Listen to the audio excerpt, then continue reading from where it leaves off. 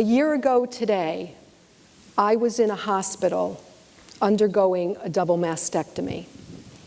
Or, as my mother burst out a few days before when I was explaining my intention to her and my sister, "She's going to cut him off! She's going to cut him off!" She was, as is often the case, indelicate, but right. And I was no novice to confronting breast cancer.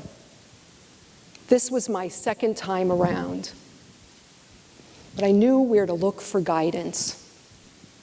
It was like pruning a rose or pulling out a weed. Almost everything I know about fighting breast cancer, I learned in the garden. On the surface, gardens and fighting breast cancer may seem very different, but there are analogies that bring me to the brink of tears, the edge of laughter, or somewhere in between. I nurture my garden, and my garden nurtures me. In the garden, as in life, time blinks. In the garden, 1 minute you're planting a seed. Before you know it, a tiny, tender green shoot emerges from the earth. In life, 1 minute you're thinking about what you're going to cook for dinner tomorrow or whether you set the house alarm. An instant later, the universe shifts. You go from just living your life to wondering how long it will last. That's what happened to me on a night almost 19 years ago. I was getting undressed for bed, and my hand, almost as if pulled by a magnet, went to my right breast. The second I touched it, I knew.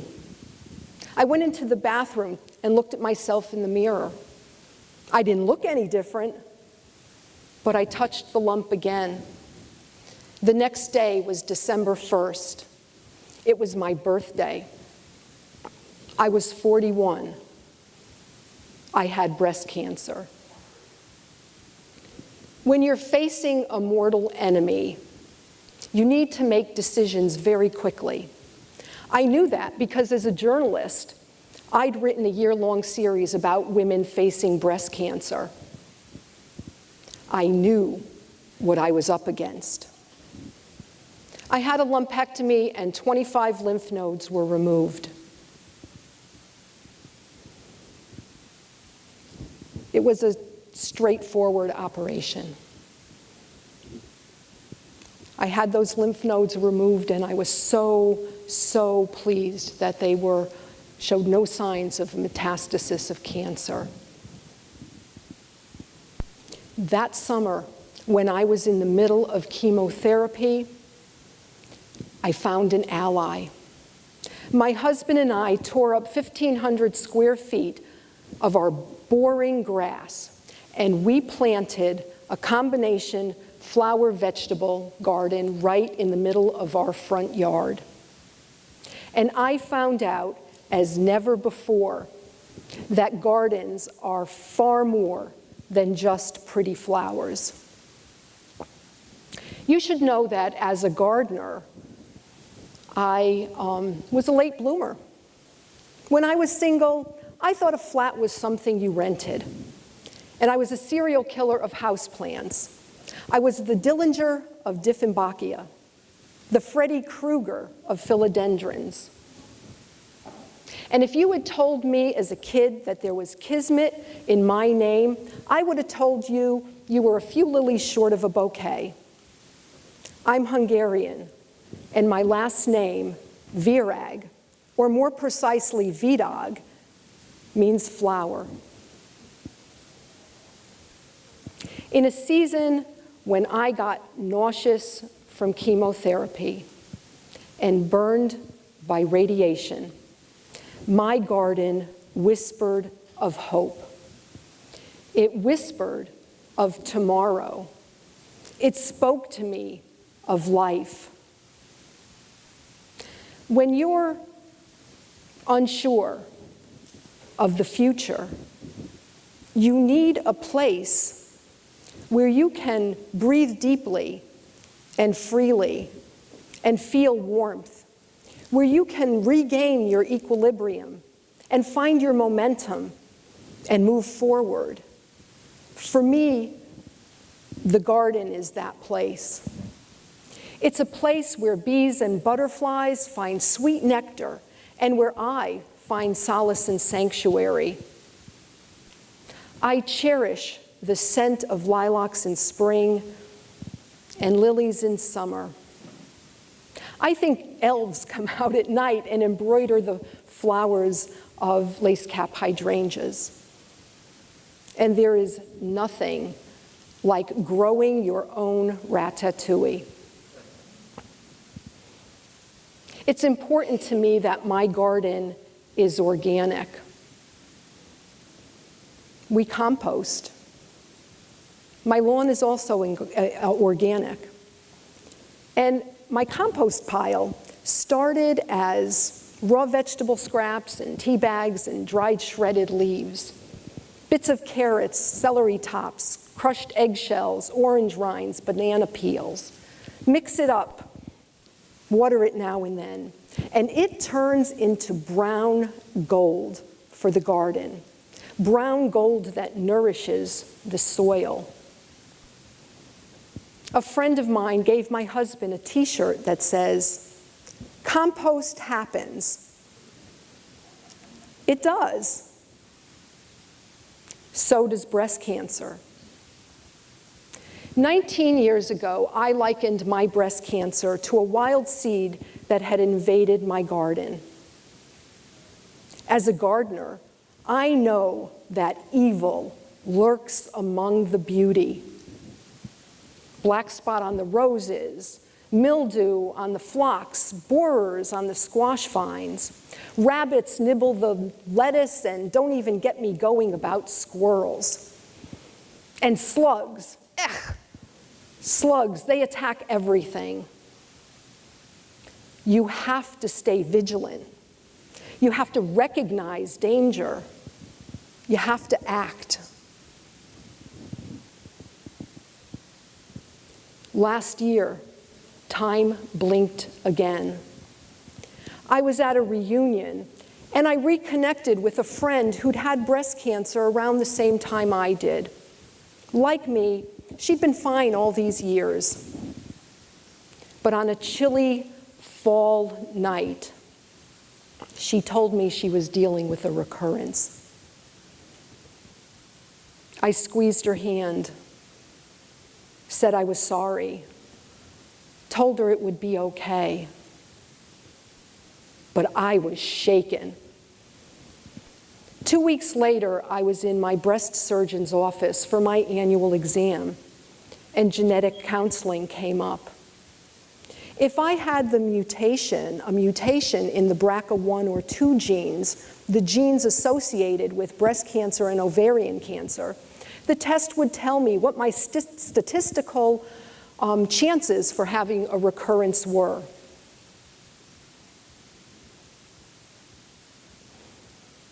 My oncologist called me 2 days before Christmas when my test results were in. Positive for a deleterious mutation in BRCA1. Now, I wasn't just a member of a sorority no woman wants to join. I was in a select group of the estimated 5 to 10% of breast cancer cases associated with an inherited gene. You have to do something about this, my oncologist said. Your breasts are not your friends. Run, don't walk to have your ovaries removed, my surgeon told me. Then we'll talk about your breasts. I followed her advice. But I thought about my garden. I thought about cutting back the buddleia to encourage new and healthy growth. I thought about and pulling out invasive plants like purple loosestrife, no matter how beautiful they may be.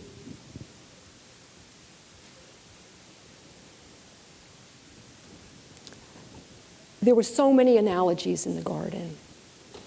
No matter how beautiful some plants are, they can do your garden harm. And you have to act. You can't be afraid. You have to stay vigilant.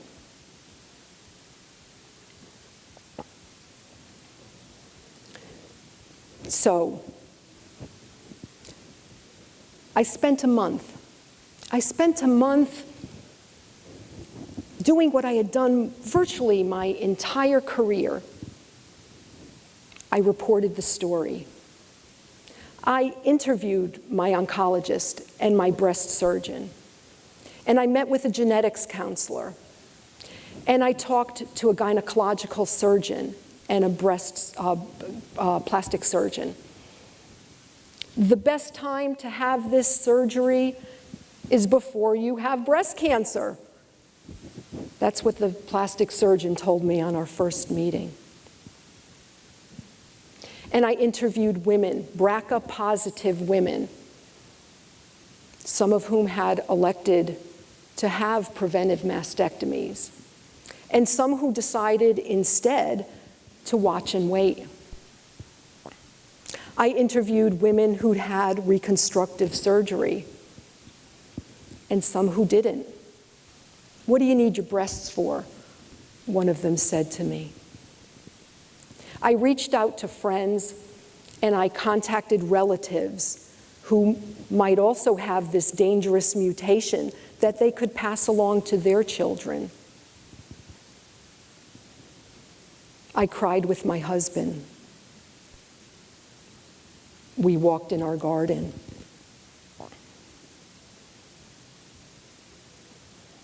If I had never had breast cancer, my chances of getting it were up to 90% before the age of 70. My risk of a second primary breast cancer was as high as 64%. And my chances of getting ovarian cancer hovered around 44%. I can't say I wasn't frightened. But one winter morning, I walked out into my garden, and I sat on a bench that in summer is decorated with purple and white clematis. The dried, tawny flower heads of sedum autumn joy and hydrangeas and ornamental grasses glistened with ice crystals. Snow dusted the beds and borders where more than 1,000 tulip bulbs were already tucked in for their long winter's nap,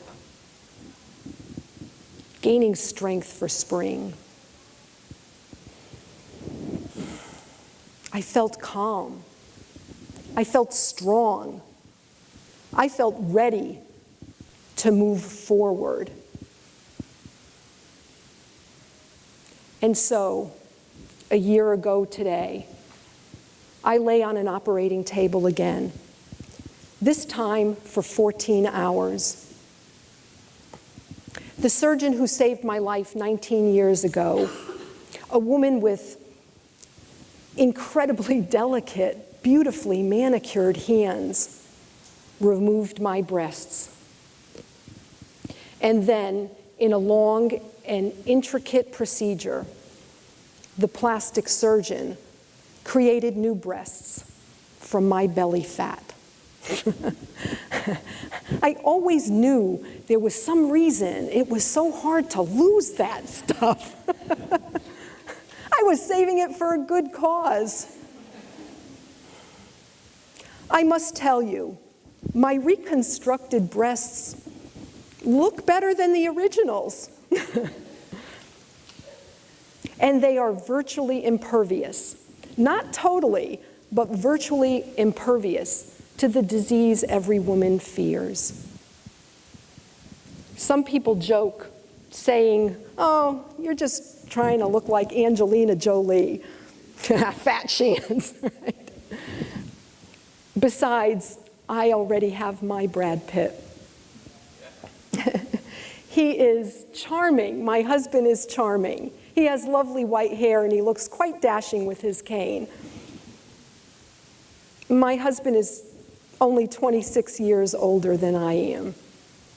And when we first got married, he worried that he would die long before me and I would be alone.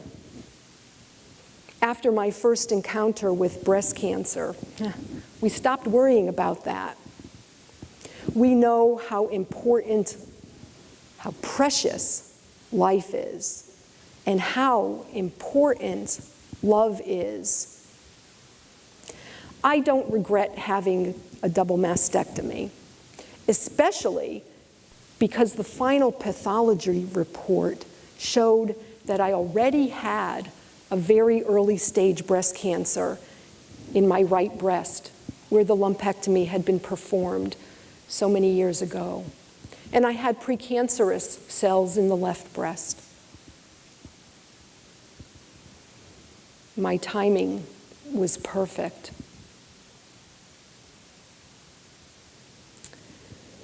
Four days after my surgery, I came home, and I couldn't wait to get back in the garden. The roses were fragrant, the peonies were voluptuous, and a friend had planted dahlias and tomatoes and eggplants too. Last year, I couldn't do very much in the garden, but still I reveled in its beauty and bounty. That's another thing I learned from my garden and from breast cancer. Sometimes you can't do it all, and that's okay. I'm not seeking perfection. I'm just saying my path through cancer was my garden, and I'm still moving forward. I just had my nipples tattooed so they have a more natural color. Tomorrow, I'm planting dahlias. Thank you.